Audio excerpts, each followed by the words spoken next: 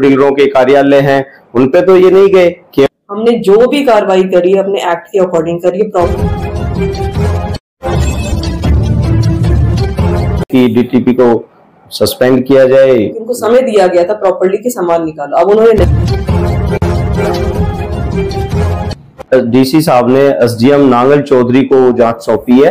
तो ऐसा नहीं है कि बिल्कुल कि मैंने सिर्फ उनको ही टारगेट किया है, ऐसा कुछ भी नहीं है मामला। सर, अभी डीटीपी के द्वारा आपका ऑफिस जो तोड़ा गया था उस मामले में क्या स्थिति है, आपके द्वारा क्या कार्रवाई की गई? सर, मैंने इस मामले में जो डीटीपी ने बिना नोटिस दिए, बिना मेरी जानकारी के मेरा जो ऑफिस कार्यालय तोड़ा नांगल चौधरी, मैंने उसमें सबसे पहले एसएचओ नांगल चौधरी को दरखास्त दी थी। उस पर एसएचओ साहब ने कोई कार्रवाई ना की तो मैंने एसपी नारनौल को कार्रवाई के लिए दरखास्त दी। और जब एसपी मैडम ने मुझे आश्वस्त किया है कि इकोनॉमिक सेल को उन्होंने वो जांच करवाने के लिए भेजी हुई है, और उसके बाद मैंने समाधान शिविर में डीसी साहब को और जो समस्त अधिकारी गण होते हैं वहां भी मैंने शिकायत दी है।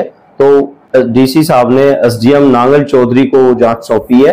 तो अभी मैं उनका इंतजार कर रहा हूं कि वो जांच में क्या लेके आते हैं, क्या उनके खिलाफ कार्रवाई करते हैं। और एक मैंने न्यायालय में दावा दायर किया था जो मेरे पिताजी के नाम से दायर है, वहां स्टेटस को के आदेश हुए। तो अभी फिलहाल तो यही देखना है कि मैंने मांग की है डीसी साहब से कि डीटीपी को सस्पेंड किया जाए। वो इलीगल रूप से लोगों के मकान, ऑफिस और प्लॉटों पे दीवारें तोड़ते हैं, और एसपी साहिबा से निवेदन किया है कि उसके खिलाफ मुकदमा दर्ज किया जाए। भेदभावपूर्ण तरीके से कार्रवाई की गई है? बिल्कुल भेदभावपूर्ण तरीके से कार्रवाई की गई है, क्योंकि जहां मेरा ऑफिस टूटा है, मैं कहूं कि नांगल चौधरी में 50% लोगों ने अपनी मेहनत की कमाई से वहां प्लॉट में मकान बनाए हुए हैं, ऑफिस बनाए हुए हैं।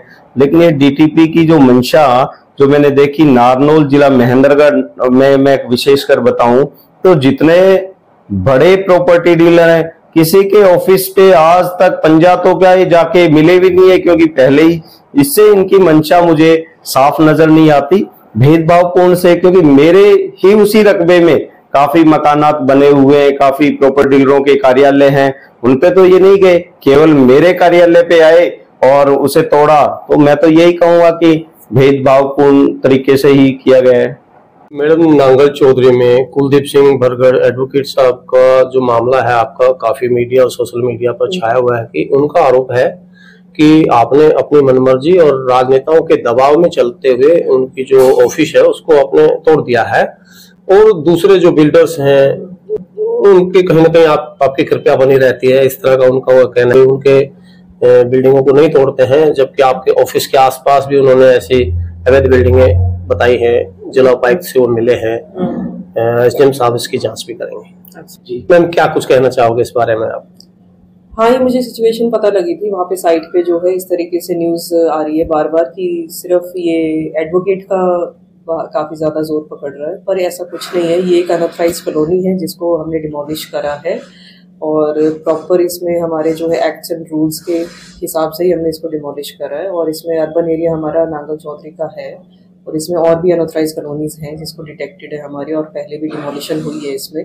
और ये डिमोलिशन से पहले मैंने 2-3 बार साइट विजिट्स भी करी है इस साइट की, क्योंकि मेरा भी यहाँ पे जो है जो ट्रांसफर हुआ था 18 मार्च को यहाँ पर हुआ था। उसके बाद काफ़ी सारे साइट्स जितने भी यहाँ के अर्बन एरिया मैंने विजिट करे हैं, कॉलोनीज भी विजिट करी हैं। स्पेशली नांगल चौधरी की ये कॉलोनी बहुत ज़्यादा हाईलाइटेड थी, यहाँ पे कंस्ट्रक्शन चल रही थी, ये बस अड्डे के सामने थी, हाईवे पे थी, तो ये बहुत ज़्यादा ही विजिबल थी। ऐसा नहीं है कि बिल्कुल कि मैंने सिर्फ उनको ही टारगेट किया है, ऐसा कुछ भी नहीं है। मैम, उनका कहना है कि उसके आसपास और भी दूसरे बिल्डर्स जो हैं उनकी बिल्डिंगें हैं उसी खसरा नंबर में उसके खसरा नंबर में उसकी साइड छोड़ा नहीं है। उसकी साइड में जो खसरा नंबर है वो मैंने देखा था वहाँ पे साइड पे, जब वहाँ पे बनी हुई थी, दीवार बनी हुई थी, तो वहाँ पे अभी फिलहाल हमारे नोटिस नहीं थे, तो उसको हमने अभी नहीं छेड़ा है बिल्कुल भी। उसकी एक बार नोटिस के जमा कुलदीप बरगढ़ एडवोकेट साहब कह रहे हैं कि आपने उनको कोई नोटिस जारी नहीं किया। ऐसा नहीं होता है, ये हर कोई जो है सरकारी ऑफिसर पे इस तरीके से जो है सीधा बोल देते हैं। सूची में उनका नाम नहीं था, उनका कहना है नहीं, ऐसा कुछ नहीं है, प्रॉपर्ली चेक हुआ है, सूची में उनका नाम टारगेट किया गया नहीं, ऐसा कुछ नहीं है, टारगेट नहीं किया गया। और टारगेट होता तो सबसे पहले उनका ही टूटता। अगर मैं इधर 18 मार्च से हूँ यहाँ पर, तो टारगेट होता तो सबसे पहले मैं उन्हीं पे करती। उसी खसरा नंबर में उसी जो वो पूरी कॉलोनी है वो अनऑथराइज है। हाँ जी, औरों को छोड़ा गया लेकिन उनका ही तोड़ा गया, जिनके पॉलिटिकल जो है ऐसा कुछ भी नहीं। यहाँ पे मेरे ऊपर यहाँ पे अनऑथराइज कॉलोनी की डिमोलिशन करने के लिए किसी प्रकार का कोई दबाव नहीं है। जो भी डिमोलिशंस हो रही है वो जो यहाँ पे नहीं हुई एक बार भी, उनको भी शुरुआत में लिया गया है। और जैसा कि अभी मैंने कहा, एक भी नहीं हुई। और ये जो नांगल चौधरी वाली साइट में, इसमें भी कभी भी नहीं हुई थी डिमोलिशन, तो इसीलिए यहाँ पर भी डिमोलिशन करवाई है मैंने। बात करें नारनौल की, नारनौल का जो एरिया है इसमें भी बहुत से अगर एरिया हैं जो कि अनऑथराइज हैं, लेकिन उन पर अभी तक कोई कार्रवाई नहीं। बिल्कुल होगी, आप अभी इस मंथ में भी देखेंगे, अगले मंथ में भी देखेंगे। हमारी रिव्यू मीटिंग भी हुई थी director town and country planning के साथ। उसमें भी हमें जो एरियाज हैं जो हमारे खुद के डिस्ट्रिक्ट्स में जो ज़्यादा अनऑथराइज्ड है, वहाँ पे उन पे फोकस करने के लिए बोला गया है। और ये मीटिंग हर महीने होती है, तो इसमें जो है सभी प्रकार की चीज़ें पूछी जाती है हमसे कि डिमोलिशन हुई है, कितनी हुई है, किस प्रकार की हुई है, कहाँ पे हुई है, कहाँ पे ज़्यादा है। तो ये सारी चीज़ें हमें बतानी पड़ती है। हम बिल्कुल जो है अनबायस्ड होके काम कर रहे हैं यहाँ पे डिमोलिशन का, ऐसा कुछ नहीं है। और अभी भी हम जो है जाट एंड पाली में डिमोलिशंस करके आ रखे हैं वहाँ पर भी। तो हर महीने चलेंगी ये। हमें टारगेट फिक्स कर रहे हैं हेड ऑफिस की तरफ से कि आपको जो है मिनिमम 5 जो है 6 डिमोलिशंस आपको प्रोग्राम अप्रूव करवाना ही है डीसी साहब से, और 50 से 60 एकड़ तक आपको जो है डिमोलिशन करनी ही है। इसके बियॉन्ड तो हमारी प्रोग्रेस बिल्कुल नहीं मानी जाएगी हेड ऑफिस से। जो कुलदीप बरगढ़ ने 20 लोगों की जो सूची दिखाई, उसमें उनका नाम नहीं था, लेकिन अगर बात करें इस प्रकार की जो प्रक्रिया है, पहले उनको नोटिस अगर दिया जाता तो उसका जवाब दे देते, उनका जो कीमती सामान अंदर रखा हुआ था उसका नुकसान नहीं होता।